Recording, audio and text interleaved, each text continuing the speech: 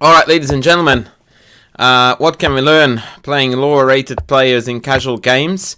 Last time I got a few comments about the fact that lower rated is a relevant measure and I should consider that.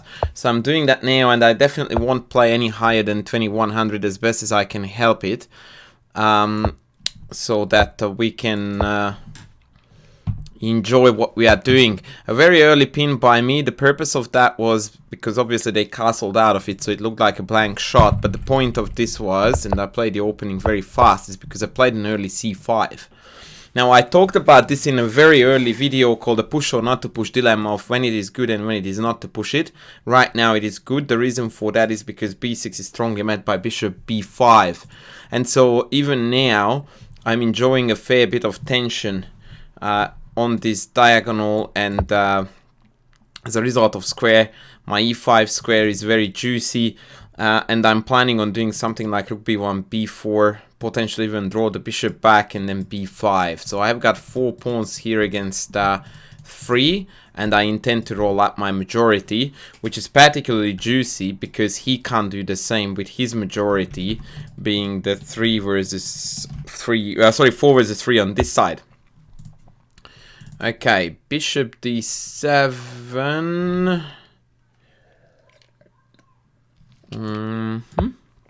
Let's go for b4.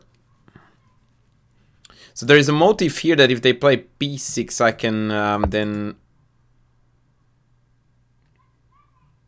Okay, I need to think now. No. Oh, actually, now if I come back, he has knight b4, but then I can drop one more back. Okay, that's fine. So now if he plays b6, I still have b4. And now actually, so usually the point is that we usually take back with the d quite amazingly. And the idea is to, so that something like b4, b6, b4 takes, and then I still roll these pawns up. Because the central pawns, whilst they are free technically to move, but I am controlling d square so firmly with my minor pieces that it's an impossibility to keep them rolling. Now knight b4 in hindsight, in my opinion, is a very bad move, because although it... okay, in the light of this it may not be. Okay, let's kick this dude out. Takes is not good because after takes we are winning the pawn at home. And so after knight c6, I can think about how to address this. Knight e4 is a good move, by the way, in these structures, but I do think that here I can just kick it out. And now after b4 or even bishop d3, it looks like we are dominating every single part of this chessboard. So now my queenside pressure is becoming quite frustrating. And I could also actually drum up some kingside play here with bishop d3 and whatnot. What he is probably waiting for is me to play a4 so he can chuck in a5, b5 and then knight b4. But even that one looks actually very tempting for me. Yeah, I'm going to go for it. There's no reason for me to complicate matters. It's a very crystal clear and logical plan to keep the pawns rolling up on the side where we are stronger. So that's what we are doing. Now rook c8 is strange because after b5 takes, the a file becomes open. So you wonder why would you abandon that file? Now I'm guessing he wants to chuck a horse on c4 at one point when I start tickling it, but the usual good old mantra, your opponent leaves the center, you occupy the center. That can't be beaten. That is just so good to do that all the time. Note how this move also cut out knight h5 as a possibility, because now the bishop is looking that way. Now knight c4 is just right away a pawn sack, because I can take it with 2. That's why I went in there. So I'm just tossing up how to take it because I'm actually quite tempted to take and take with the knight, because then my knight on b6 is gonna be such a boss. Yeah, let's do that. So oddly here I opted for the knight here instead of the bishop, and he just blundered the game away. He take knight b6 wins an exchange and the game. Because this knight was such a force to reckon with, whereas a bishop is just, yeah, it wouldn't have been too much use for me to have a bishop on c4. That is actually something I reckon a lot of players would have misjudged there. So a lot of lower rated players they would have taken with knight bishop because we prefer bishops over knights. But there is always an exception to the rule. That's why chess is so beautiful and so hard at the same time. Because you go like, yeah, but not now. So now he wants to do that, but that's fine because we can escape here with a check. So even if bishop f5, we are going to win material. So he's going to take that with the queen. And that's a golden opportunity for me to gently sidestep this cheapie and pile up on the E and claim the W. Actually, we are going to start off with this bishop first. If I go here, is he going to go f5? I hope so, because then I go back. So now I'm guessing he wants to have a bishop on e4, but we will kick that out. Okay. Now I think I have a dirty here coming, which is to take c6 takes and b6.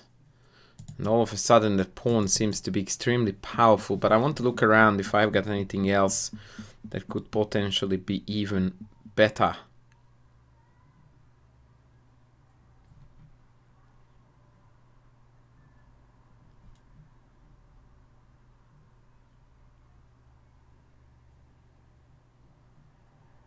Yeah, no, let's go. Let us go. I mean, I could play b6 as well, but I like this c6 takes and then breaking through. It's juicy. It's annoying. Just when he was about to think that he had some initiative because this was on, and perhaps he was planning on some queen e4 she bangs and attacking d4, I really like that I'm making his pieces go backwards. That's always a sign to me that I'm doing well, when my opponent's pieces are going back and my pieces are rolling forward. I wanted to go queen b4. Does that do anything though? I guess. Can penetrate here. We can come in. That was a very ugly looking move. I wouldn't have played that. Okay, I see the point. So he wanted to meet this with bishop d4 without losing everything on the back rank. Alright, time for us to open up this back rank so that if I start entertaining ideas of rolling up the rook somewhere, then I don't have to worry about it. Bishop e5 is a move that I am very happy to play in general because this diagonal is super juicy. Bishop e7 is their only sensible response, and maybe... Oh boy, that was terrible. So now it's just carnage because I've got free access to all the weak dark squares. That was a really, really bad move. Yep. In we go, and that's it. He's going to resign now. GG. A few rather bad positional mistakes there. By Black, who still chooses to fight, although we can hardly call it fighting. But yeah, interesting stuff overall. GG, sir. Alright, no, I didn't want analysis board. We want to play. I think what I said was thorough enough. Okay, let's see how a 1900 does it. This time we are going to open with d4. Because why not coconut?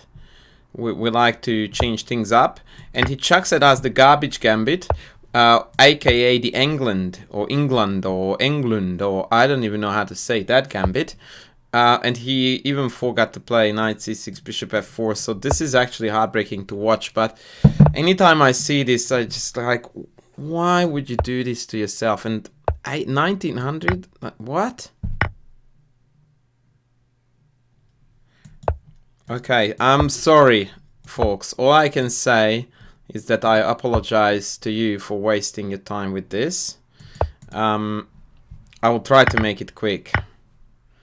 Sometimes humans are difficult to understand.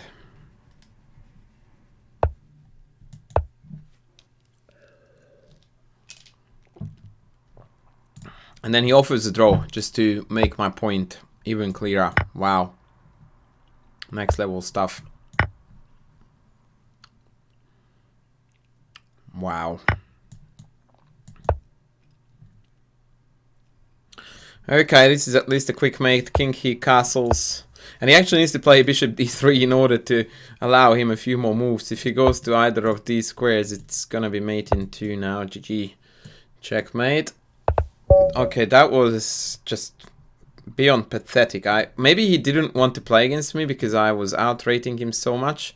I don't know, but it's casual, so why wouldn't you try to have some fun against a very highly rated player?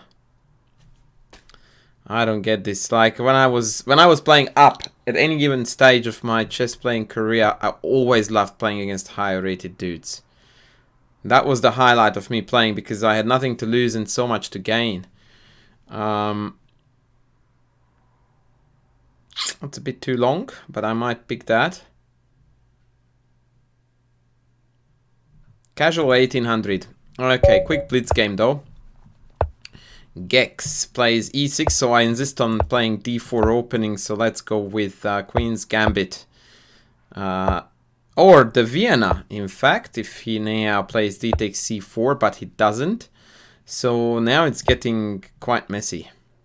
It's some kind of Ragozin that we are entering now, which is a really fun opening until the point when you play Queen b6, which is a very meaningless move, like why there and why to, yeah, whatever.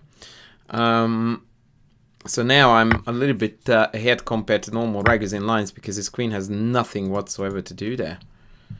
Like either here or here would have been better, but b6 of all the squares. Like he has no pressure here, he can never take this. It just doesn't add up. Now he g5 back, g4, knight e5, queen d4, knight f7 is a beautiful way to sell the Eric Rosen trap. No, not happening. Oh boy, you want to take this? I wish I could tempt you somehow to do that. Okay, let's just go proper chess. Queen e2, defending, eyeing there. That knight is terrible. Look at that knight, so bad. It's a really, really awesome IQP from my point of view. d5 might already be pending because of the bishop on e7 is so badly placed, but because of he can't disentangle this without further concessions, I'm just going to play good-looking developing moves, bringing my rooks into the game as well, and just take it from there.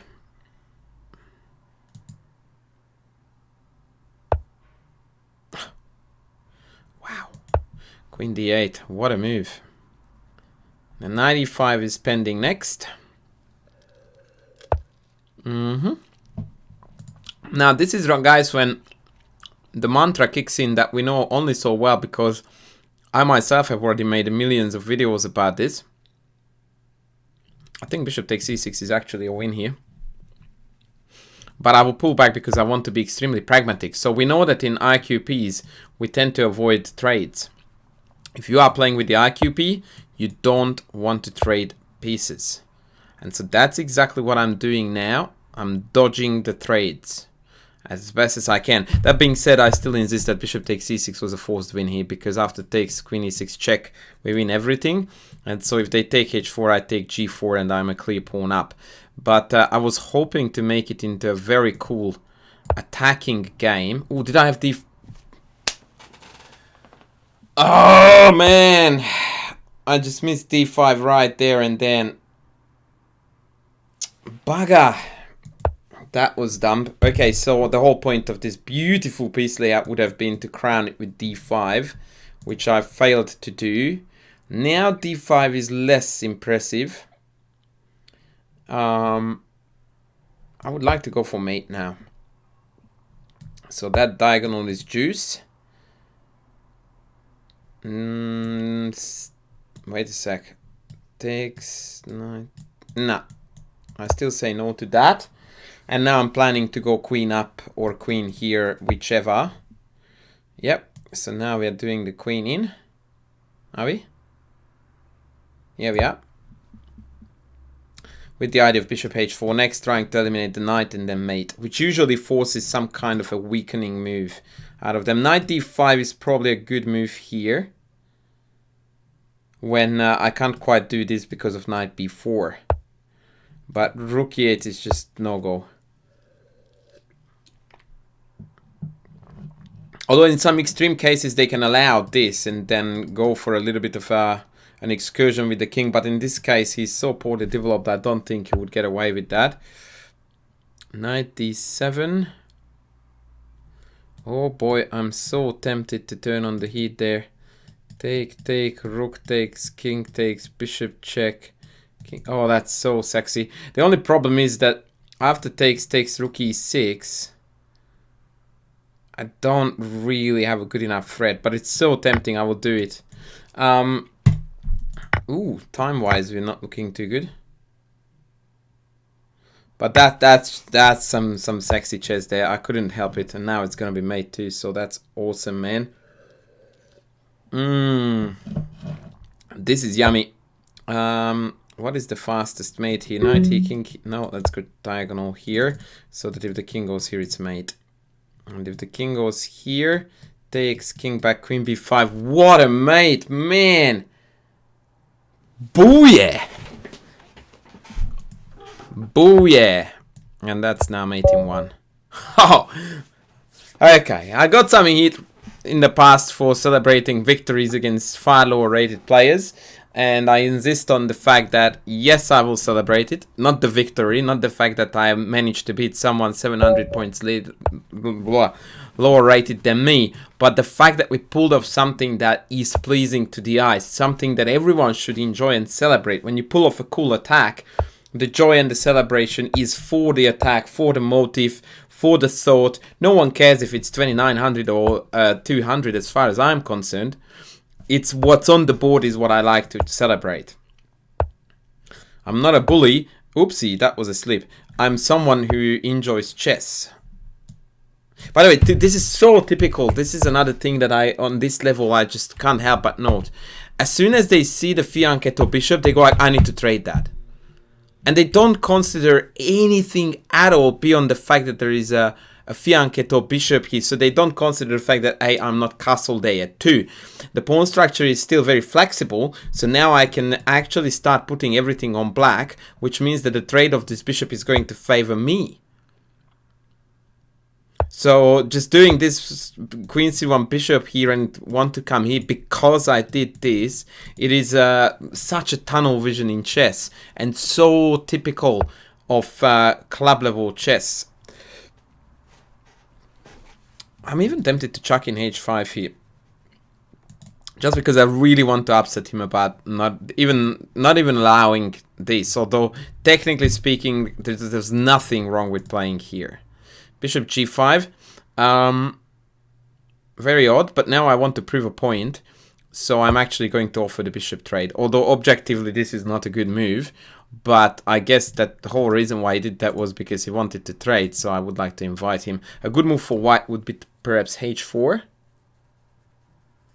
So in a normal chess game I would have played here knight f6. And I somewhat regret that I didn't.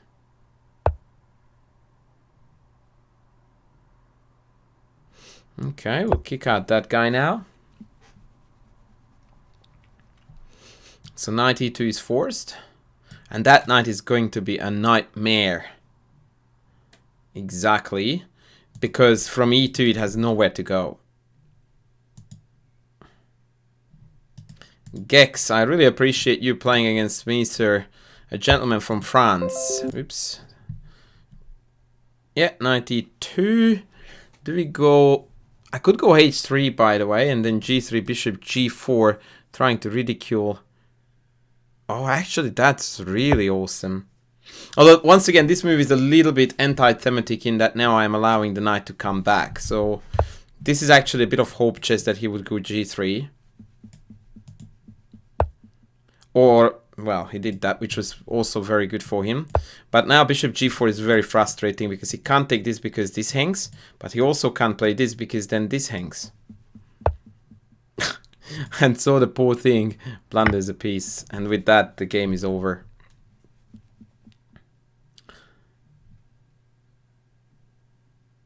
It is also very good example to the fact that sometimes development doesn't manifest in how many pieces you have got out. Because although I have got 2 out of against 3, but these pieces are not doing anything, and in fact after h4, his development here is in total shambles. Although once again, technically he has got more stuff out than I do, but his pieces are so absolutely horrendously coordinated, or rather not at all, that we can't consider that to be even semi-adequate development. I would be very inclined here to play queen a5, he takes this and then knight d4. But he has got queen b2, that doesn't mean instantly. To my greatest disappointment, but I like the idea, so I will do this.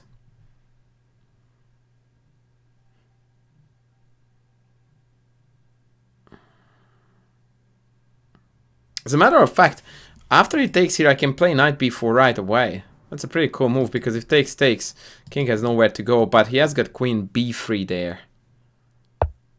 Oh my word, knight e2. What is going on here?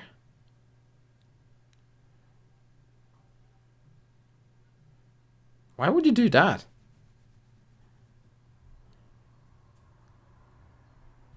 Okay. Let's bring the last dude into the game. It's going to take, I'll drop back. And again, his development is very, very problematic. It's very difficult to commentate on 3-0 because I lose so much time by talking and explaining and taking back moves and then resetting the position. It's a tough gig.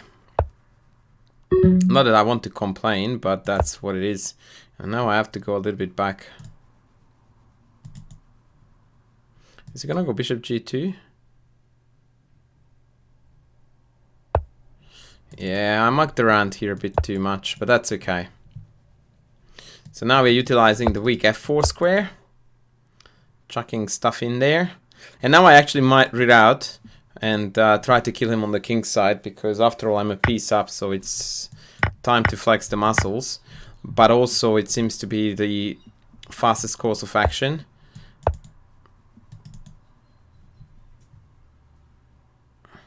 I really don't like moves that go back like this, but it's just carnage now on the king side. Now h2 is falling. And then we go in. Queen e2 is forced. Yep. Alright. Let's try to find someone else.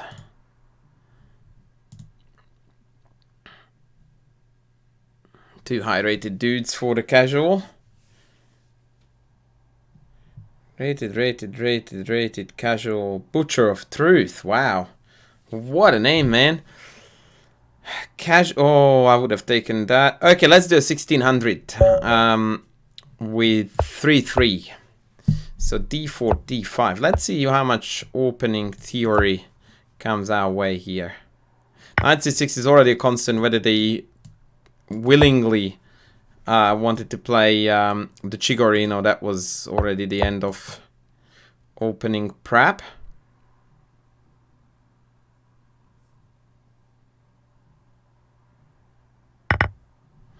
PH 5066 Shashank Singh.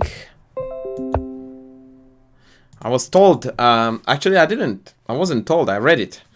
That's the advantage of being a classroom teacher, that sometimes you read stuff to kids and then you learn something that you didn't know. That if you have got Singh in your name, that means two things. A, that I think you are a male. Females don't have that name. And two, actually that's a good move, that you belong to, I think, the 5th largest religion in the world, which is the Sikhism. Now that's a very unfortunate move. Bishop c5 was the correct one to monitor this diagonal. This pin is totally waste of space because there's nothing you can gain from this pin. This is a very typical mistake of this level and higher, that they create totally meaningless pins. Like, this knight is not defending anything, you don't want to take, so why would you come here when you could have come to here, constantly monitoring this square, covering the center, and instead we just blunder bishop, and thus the game is over.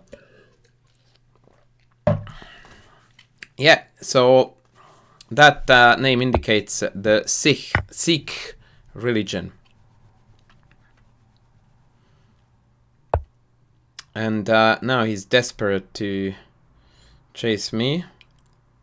And I'm quite keen to disallow the castling. So now I want to exert even more pressure on him. And this is also a very typical mindset change between weaker and stronger players, is that strong players, when they are ahead, they always look for opportunities to hurt their opponent. So that's not a time to settle down and go like, okay, now the point is the pocket. On the contrary, that's the time when you turn up the heat, because you can, because you have more stuff to do with. I don't know which dude said that. I think, was it Taras, Alekain, Steinitz? Who said that whoever has a material advantage must be on the attack or on the initiative. Like, you can't fall back and just go like, yep, I have got this. No, on the contrary, you need to turn on the heat. Now I'm threatening to play Queen d6, which he fell into. Oh.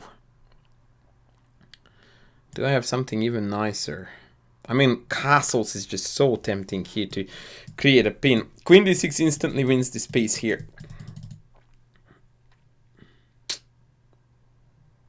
But at the cost of a queen trade. And I don't think he actually can stop me from doing this, because after castles, his best is queen d7, e7, when I can still take, king takes and pick off the bishop on d7. But objectively speaking, the best move in this position is this. But I want to do castles because this is something that you guys do so rarely when you actually should be. And by you guys, I mean people of this level and higher. The queenside castle concept is such an underutilized, awesome attacking tool. Instantly bringing the rook to the D, instantly connecting the rooks. Done, dusted. He wants a rematch, so we'll do that. And that will be the last one. So hopefully I'm commenting enough so that we are learning whilst we are doing this stuff. Let's go for our beloved Nimzo. He's going to play bishop d2. No. Let's go here. Knight f3 is a sneaky move because it can transpose still into various lines. So I need to respond to it adequately so I can meet e3, I can meet g3, I can meet bishop g5. Yeah, so now we transpose into the e3 variation, which is the main line of the Nimzo Indian.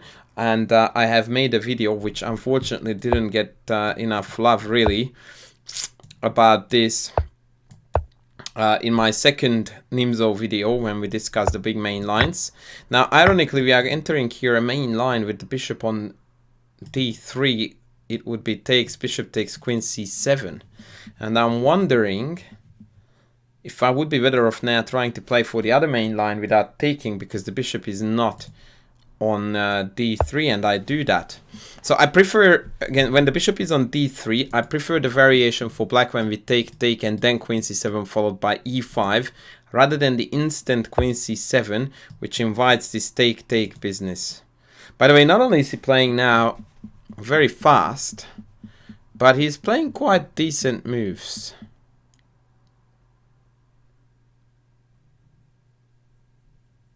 I don't mean to suggest anything, I just made an observation.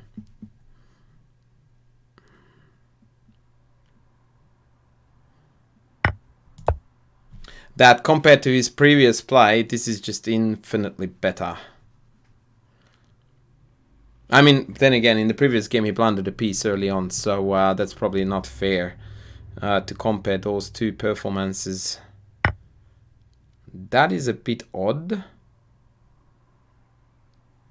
So now let's just develop. With bishop e2 I will develop again, I think. That I don't know about. I would have been reluctant to challenge that bishop because that kingside could receive some heat soon. So now I go rook d8. And the queen has to be careful with where it's going because e4 is pending.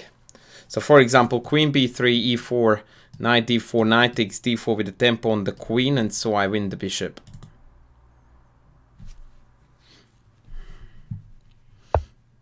Queen c2, e4, knight here is now not winning anything for me yet.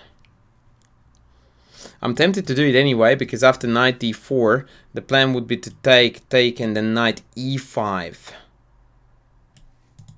I quite like that. Alternatively,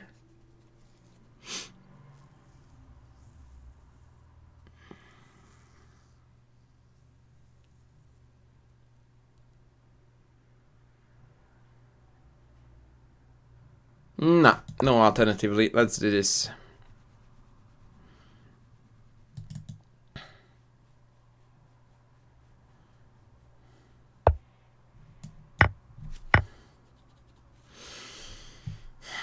Actually, queen e5 looks like an interesting move too, with wanting to swing here, but I would like to keep some pieces on the board.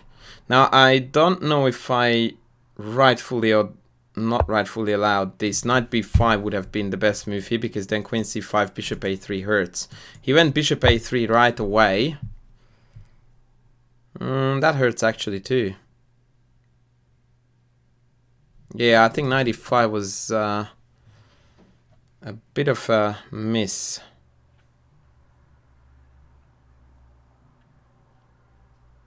So if I go here, knight b5, queen d7, knight d6 is super annoying. Whereas if I go a6, he has c6 attacking me down here. So now we are in a bit of a pickle. And it's quite possible that my best move is to come back, which would make me look like a complete clown. And I would really not like to do that.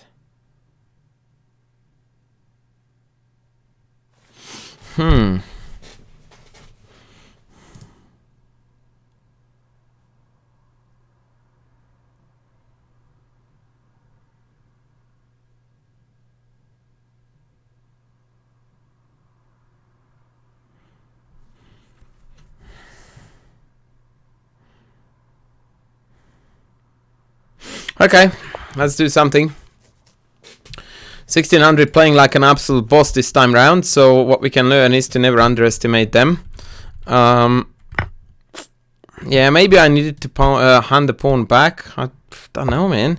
This looked so natural. Maybe here, queen here was decent. Knight e4. Oh my god. And then I just take the pawn back because knight c3. Oh boy. Yeah, right. Okay, so we know now where we went wrong. Okay. Let's go here. I don't care about this pawn, because then I have got this queen f5, knight f3 violence coming in. As you can see, I'm constantly, non-stop on the lookout for aggression. Now I'm threatening. If he goes here, I have got b6. Maybe. Even that one is a bit hairy, actually. Maybe I needed to go to e7, but I have got some ideas in my head, and that's actually quite handy for you to look at, because this is a good tool to have, that when things are beginning to look hairy, try to see if you can stir the pot around the enemy king as a counterpunch. And the idea with rook e6 is certainly that I want to come here or here as soon as I can. Now that may not be in this game, but you know, at least I'm keeping that option open. That looks like an absolute horrid move. Yeah, going backwards, guys, in chess in usual is not an idea that I would wholeheartedly recommend at any stage of the game. So even when I am doing really badly, I'm going sideways and forward. I'm not giving any space, any opportunity for them to, you know, just finish me off. I'm pretty sure I was clearly worse there. And now check this out. I'm coming here, coming here, coming here. All of a sudden, all hell breaks loose onto white. Just for one moment of tentativeness, I am really trying to come at them real hard. So he defends that. Look at how irrelevant those pieces are all of a sudden, seeing the threats here. I'm threatening with rook g2, knight f4. And you see that all of a sudden I have got 4 attackers against this bare king. And hopefully I can cause enough pain here. I feel like I'm missing some tactics here. Okay, let's just go back. Ooh, rook d1. Ouch. That is not what I was hoping to do. As in, that was not a nice execution in the end. Okay, let's go here. This has become very, very shaky, choky. Knight on f5 is a pain.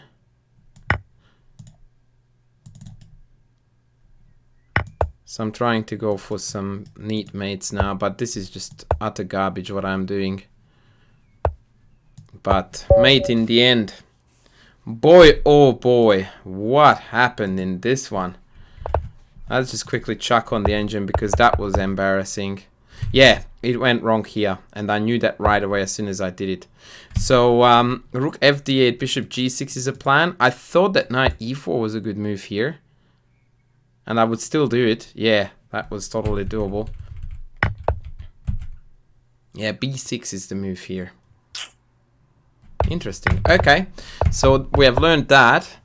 This was not good by me by any stretch at all, and as soon as I did it, I knew it. And here we are clearly worse. And I must have missed the tactic here. Oh my word, I didn't play knight f4. With rook g2 and then mate on h3. Okay, this last game was very appalling. I have to say that, guys, that this was just garbage by me. Yeah, that was bad. And then I went for this. Oh, actually, that was good. Wow, that was actually legit. And then going for knight g4.